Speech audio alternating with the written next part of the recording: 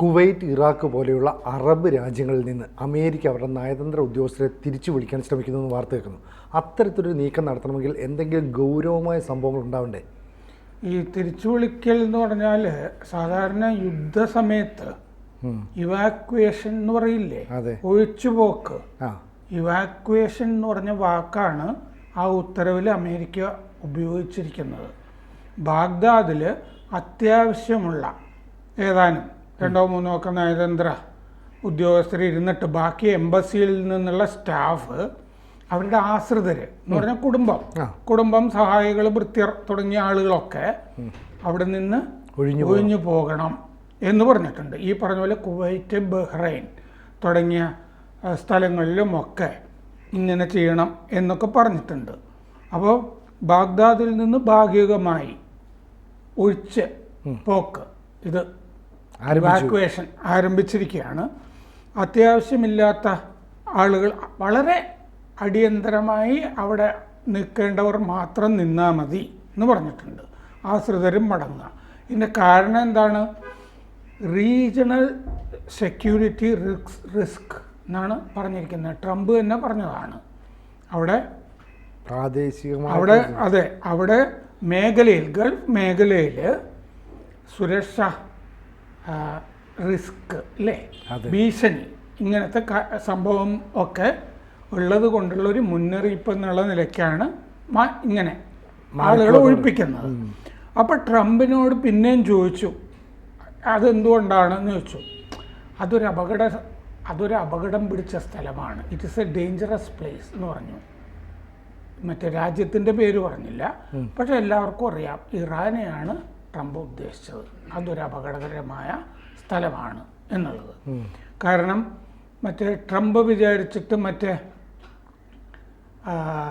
Iran ചർച്ചകളൊന്നും നടന്നിട്ടില്ല, സമാധാന ചർച്ചകൾ. അവർ സമ്പുഷ്ടീകരണം യുറേനിയത്തിൻ്റെ അത് ആയിട്ട് മുമ്പോട്ട് പോകും എന്നുള്ള നിലപാട് ഇറാനും എടുത്തിട്ടുണ്ട്.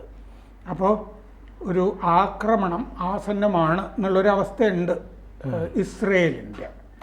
അപ്പോൾ ഇസ്രയേലും അത് ഏതാണ്ടൊക്കെ വെളിപ്പെടുത്തിയിട്ടുണ്ടല്ലോ, വ്യക്തമാക്കിയിട്ടുണ്ട് അങ്ങനെ നടക്കും എന്നുള്ളത്. പിന്നെ ഇത് ഭൂഗർഭത്തിലും മലയുടെ ഉള്ളിലുമൊക്കെ ഇല്ലേ, അങ്ങനത്തെ സ്ഥലങ്ങളുമൊക്കെ ആയതുകൊണ്ട് ഉള്ള കുറച്ച് അത് പഠിച്ചിട്ടും ഒക്കെ ലൊക്കേഷനും പിന്നെ അതുപോലത്തെ ബോംബുകളും ഒക്കെ ആവശ്യമുണ്ടല്ലോ. ഇപ്പൊ ഡിഗോ ഗാർഷ്യയിലൊക്കെ ബോംബറുകളും ഒക്കെ വന്ന് കിടപ്പുണ്ട് അമേരിക്കയുടെ, നേരത്തെ ഉദ്ദേശിച്ചതായിരിക്കും. അപ്പോൾ ഫാർദോ പോലുള്ള മറ്റേ ആണവ നിലയങ്ങൾ ഇതൊക്കെ ഭൂഗർഭത്തിലും മലയുടെ മുകളിലും ഒക്കെയാണ്. അപ്പോൾ അതുകൊണ്ട് അതൊക്കെ തകർക്കാനായിട്ട് വലിയ സന്നാഹങ്ങൾ വേണ്ടി വരും. അതാണ് ഗാസയിൽ മാത്രം ഇപ്പോൾ യുദ്ധം നടക്കുന്നു, വേറൊരെണ്ണം അണിയറയിൽ നടക്കുന്നു എന്നുള്ളതാണ് അതിൻ്റെ അർത്ഥം. അപ്പോൾ വൈറ്റ് ഹൗസിൻ്റെ വക്താവ് അന്ന കെല്ലി പറഞ്ഞിട്ടുണ്ട്, വിദേശകാര്യ വകുപ്പ് പുറത്തുള്ള ആളുകളെ, അതായത് സാധാരണഗതിയിൽ ഇങ്ങനെ റിവ്യൂ നടക്കാറുണ്ട് ഓരോ എംബസിയിലുള്ള ആളുകളെ സംബന്ധിച്ച്, അതുകൊണ്ട് മടക്കി വിളിക്കുന്നതാണ്, ആ അവലോകനത്തിൻ്റെ അടിസ്ഥാനത്തിലാണ് എന്ന് ആ വക്താവ് പറഞ്ഞു. ഒഴിഞ്ഞെങ്കിലും ട്രംപ് പറഞ്ഞു അത് അപകടകരമായ സ്ഥലമായതുകൊണ്ടാണെന്ന്, എന്ന് പറഞ്ഞാൽ ഇറാനെ പറ്റി. അപ്പോൾ എന്തോ ഉദ്ദേശിക്കുന്നുണ്ട് എന്നുള്ള വർത്തമാനമാണ് മാധ്യമങ്ങളിൽ നിലനിൽക്കുന്നത്. അപ്പോൾ ഇത് പറഞ്ഞതോടുകൂടി എണ്ണ വില 4% കൂടി ആഗോള വിപണിയിൽ. പെട്രോൾ അങ്ങനെ അതിൻ്റെ വില കൂടിയിട്ടുണ്ട്. സെക്യൂരിറ്റി റിസ്ക് എങ്ങനെ കുറയ്ക്കും? അപകടകരമായ സ്ഥലം ആണല്ലോ. അപ്പോൾ ഈ റിസ്ക് എങ്ങനെ കുറയ്ക്കും എന്ന് വെച്ച് കഴിഞ്ഞാൽ അവർക്ക് ആണവായുധം ഒരിക്കലും പാടില്ല ഇറാന്. അങ്ങനെ കുറയ്ക്കാൻ പറ്റുള്ളൂ. ആണവായുധം ഇറാൻ ഒരിക്കലും അവർക്കുണ്ടാകുകയരുത് എന്നാണല്ലോ അമേരിക്ക പറയുന്നത്. അതെങ്ങനെ പറ്റും? ആ ആണവ നിലയങ്ങൾ തകർക്കണം. അതാണ് അത് നമ്മൾ വ്യാഖ്യാനിച്ച് വരുമ്പോൾ മനസ്സിലാകുന്നത്. അപ്പോൾ ബുധനാഴ്ച ട്രാവൽ അഡ്വൈസറി എന്ന് പറഞ്ഞാൽ യാത്രകൾ സംബന്ധിച്ച ഉപദേശം ഇറക്കിയിട്ടുണ്ട് അമേരിക്ക. ജൂൺ 11 വിദേശ വകുപ്പ് അത്യാവശ്യമില്ലാത്തവരുടെ മടക്കയാത്രയ്ക്ക് ഉത്തരവിട്ടിരിക്കുന്നു. അത് ഈ മേഖലയിലെ സംഘർഷങ്ങൾ കനം പിടിച്ചത് കൊണ്ടാണ് എന്നാണ് ഉത്തരവ്. എന്ന് പറഞ്ഞാൽ ഗൾഫ് മേഖല സംഘർഷം ഉരുണ്ടുകൂടിയിരിക്കുന്നു, അതുകൊണ്ട് ഒഴിപ്പിക്കുകയാണെന്ന് വിദേശകാര്യ വകുപ്പ് ഇറക്കിയ ഉത്തരവിൽ പറഞ്ഞിട്ടുണ്ട്. ഒഴിപ്പിക്കുന്നത് സംഘർഷം കൂടി വരുന്നത് കൊണ്ടാണ്, due to heightened regional tensions എന്നാണ് പ്രയോഗിച്ചിരിക്കുന്നത്. ബഹ്റൈൻ, കുവൈറ്റ് എന്നിവിടങ്ങളിലുള്ളവർക്ക് തന്നെത്താനെ പോകാം എന്ന് പറഞ്ഞിട്ടുണ്ട്.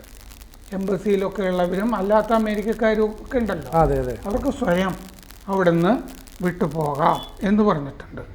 പക്ഷേ കുവൈറ്റ് എംബസി ബുധനാഴ്ച പറഞ്ഞിരിക്കുന്നത് ഞങ്ങൾ സ്റ്റാഫിനെയൊന്നും കുറച്ചിട്ടില്ല. അങ്ങനെ പറയാം അവർക്ക്. എന്തുകൊണ്ടാണെന്ന് വെച്ചാൽ തന്നെത്താനെ നിങ്ങൾ പൊക്കോ എന്ന് പറഞ്ഞിട്ടുണ്ടല്ലോ. On your on you can leave എന്ന് പറഞ്ഞിട്ടുണ്ട്. അപ്പോൾ 18 മാസമായിട്ട് ഗാസ യുദ്ധം നടക്കുന്നുണ്ട്. ഇറാനുമായിട്ട് ആണവ കരാറുണ്ടായിട്ടില്ല. ബുധനാഴ്ച ട്രംപ്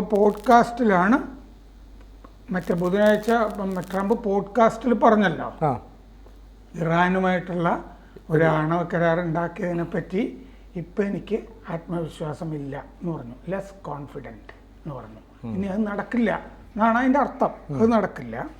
യുറേനിയം സമ്പുഷ്ടീകരണം നിർത്തണം അവർ. അങ്ങനെയാണെങ്കിൽ അമേരിക്ക ഉപരോധം പിൻവലിക്കാം. ഇതാണ് തുടർന്ന് പോഡ്കാസ്റ്റിൽ ട്രംപ് പറഞ്ഞത്. അപ്പോൾ ഇനി ഒരു കരാറില്ല ഇറാനുമായിട്ട്. ഇറാൻ അവരുടെ ആണവ പദ്ധതികളുമായിട്ട് മുമ്പോട്ട് പോകുന്നു. അപ്പോൾ അത് നിർത്തണം. എങ്ങനെ നിർത്തും? ആണവ നിലയങ്ങൾ ആക്രമിക്കണം.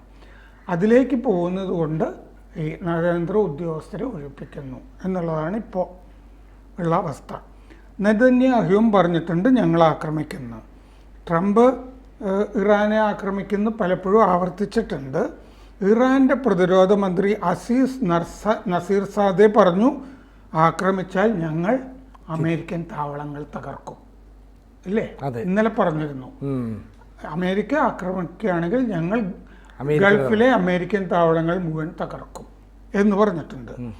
ഇറാൻ്റെ UN പ്രതിനിധി പറഞ്ഞിട്ടുണ്ട്, ഭീഷണി ഞങ്ങളോട് വേണ്ട. ഞങ്ങൾ ഈ വസ്തുതകളൊന്നും അങ്ങനെ സത്യമൊന്നും മറന്നു പോകുന്ന ആളുകളല്ല. ഞങ്ങൾ ആണവായുധത്തിൻ്റെ പിന്നാലെയൊന്നുമല്ല. ഇത് അമേരിക്ക വെറുതെ പറഞ്ഞു വരുത്തുന്നതാണ്. പണ്ട് ഇറാഖിൻ്റെ ജൈവായുധവും രാസായുധവും അല്ലേ, WMD, weapons of mass destruction ഉണ്ടെന്ന് പറഞ്ഞിട്ടല്ലേ ഇറാഖ് ആക്രമിച്ചത്. ഇതുപോലെയാണെന്ന് ഈ UN പ്രതിനിധി ഉദ്ദേശിക്കുന്നുണ്ടെന്ന് തോന്നുന്നു. ഞങ്ങൾ ആണവായുധത്തിൻ്റെയോ ആണവ ബോംബിൻ്റെയും പിന്നാലെ അല്ല. പിന്നെ സെൻകോം ഉണ്ടല്ലോ, ഈ സെൻട്രൽ കമാൻഡ്, അമേരിക്കയുടെ സെൻട്രൽ കമാൻഡിൻ്റെ കമാൻഡർ ജനറൽ മൈക്കിൾ കൂറില്ല. അദ്ദേഹം മറ്റേ ഇസ്രായേലിലൊക്കെ സന്ദർശനം നടത്തിയിരുന്നല്ലോ 2 മാസം മുമ്പ്, ട്രംപ് വരുന്നതിന് തൊട്ട് മുമ്പ്. കൂറില്ല ട്രംപിൻ്റെ മുമ്പിൽ ഈ ആണവ നിലയങ്ങൾ ആക്രമിച്ചു കഴിഞ്ഞാലുള്ള പ്രത്യാഘാതങ്ങളും മറ്റും അത് തകർക്കുന്നതിനെ സംബന്ധിച്ചൊക്കെ ആയിട്ടുള്ള ഓപ്ഷൻസ് ട്രംപിനെ ബ്രീഫ് ചെയ്തു എന്ന് പറഞ്ഞൊരു റിപ്പോർട്ടും വന്നിട്ടുണ്ട്. ട്രംപിനോട് പറഞ്ഞിട്ടുണ്ട് സെൻകോം കമാൻഡർ. ഇതൊക്കെയാണ് ഇതിൻ്റെ പ്രത്യാഘാതങ്ങൾ എന്ന് പറഞ്ഞിട്ടുണ്ട്. Iraq, Syria, Jordan, Israel, Egypt, Saudi Arabia, Kuwait, Qatar, Bahrain, UAE ഇത്രയും സ്ഥലത്ത് അമേരിക്കൻ താവളങ്ങളുണ്ട്.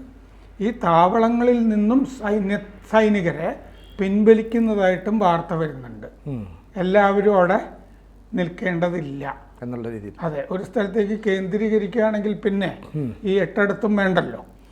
അപ്പോൾ ഈ 8 സ്ഥലവും അമേരിക്കയുടെ സ്ഥിരം താവളങ്ങളാണ് ഇപ്പോൾ പറഞ്ഞത്. ഗൾഫിൽ എവിടെയൊക്കെ താവളങ്ങൾ ഉണ്ട് എന്നാണ് ഞാനിപ്പോൾ പറഞ്ഞത്. അമേരിക്കയ്ക്ക് ഖത്തറിൽ ആണ് സെൻകോമിൻ്റെ ആസ്ഥാനം. ഖത്തറിലാണ് പ്രധാനപ്പെട്ട താവളം. ബഹ്റൈനിൽ 5ാമത്തെ ഫ്ലീറ്റ് ഉണ്ട് അമേരിക്കയുടെ. പിന്നെ ഖത്തറിലെ അൽ ഉദൈദ് വ്യോമത്താവളം 1996 മുതൽ തന്നെ പ്രധാനപ്പെട്ട വ്യോമത്താവളം ഉണ്ട്.